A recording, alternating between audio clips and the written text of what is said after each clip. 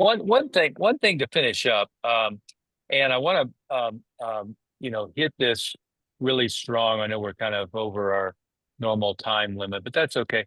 We had somebody who got a little annoyed with me a couple days ago, and I'm trying to pull out uh, the statement was honestly in a coaching group, shouldn't the natural attitude be no matter what decision a member makes, we're here to support you? Is I thought that was an interesting statement. The reason why we are the premier of the premier, no bozos, the best possible place for people to be for the highest level is that's not our attitude. Our attitude is there are mechanisms and processes that work. There are mechanisms and processes that don't work, and there's areas in between of maybe it'll work, maybe it won't work. Who knows? But we know these things over here will work. If anybody in the group is thinking about it, it doesn't matter what it is, opening a second or a third location, being the cheapest person in town, eliminating contracts, or I could come up with 20 different other things.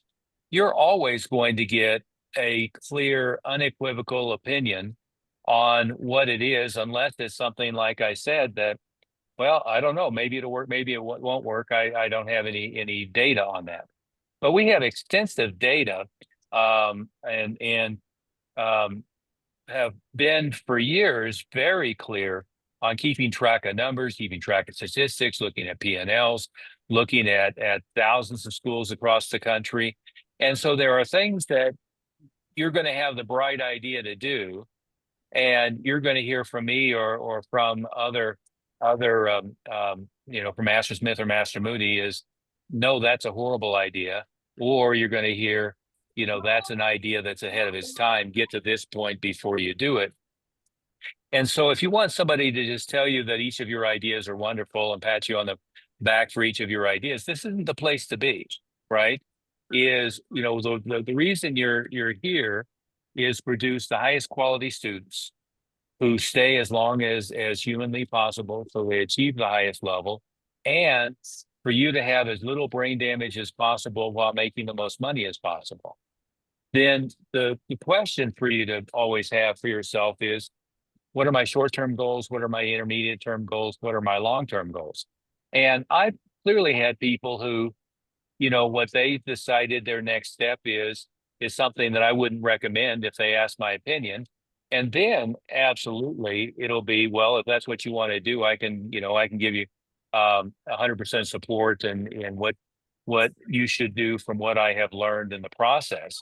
But don't ever feel that if you're on a meeting and what you're bringing up or not bringing up based upon numbers that you've shared, by information that you've shared, if it doesn't go exactly the way you were expecting it to go, that's the value that we bring to the table, not a detriment to the deal. And it's what I tell people on the way in the door over and over and over again is one of the things people get annoyed with me is oftentimes the reaction to I have a great idea is, oh, let's never do that. Or that's a good idea for next year after you hit this benchmark. Or it's a great idea, let's implement it immediately. And all three of those can be the right idea in the right context. Is you're not at the stage to worry about it. That's what Master Smith just said about the renewal process. And this meeting, what we want you to do is get where you can open the faucet at any time, pour in as many intros as you need, get to the volume that you need of new people coming in, and tap down the dropout rate so you can start growing your school. And we want to get the initial pricing where it needs to be, and I would say it needs to be $397 a month. And I would like it to be 500 initially that they're going to pay you plus $397 a month.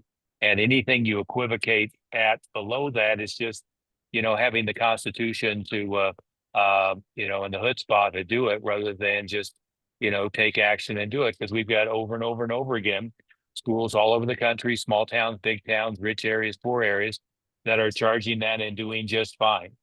And so 200 students at an average of 400 or 500 a month sure beats the hell out of 200 students at an average of 150 a month. Much better bottom line, much better results. But I just wanted to point that out is, oftentimes you'll hear a conversation where myself, Master Moody, Master Smith, probably more me than anybody, is saying, I heard you say this. It's the wrong way to think about it. You should be thinking about it this way. Or I hear you want to do this, but really that's the worst idea. Let's try doing this instead.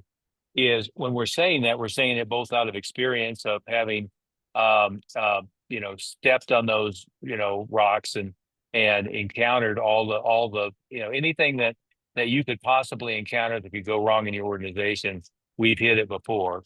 And also from dealing with hundreds of schools, but the people that you consider the top 20 in the industry all tend to be friends of ours, and we've had insider knowledge. We have access to their numbers. We know the ones that look good on paper that aren't making money. We know the ones that maybe don't look good as good on paper, but have an easy to operate situation and higher student quality. We know the ones that have what looks like an exciting floor, but really don't produce great students.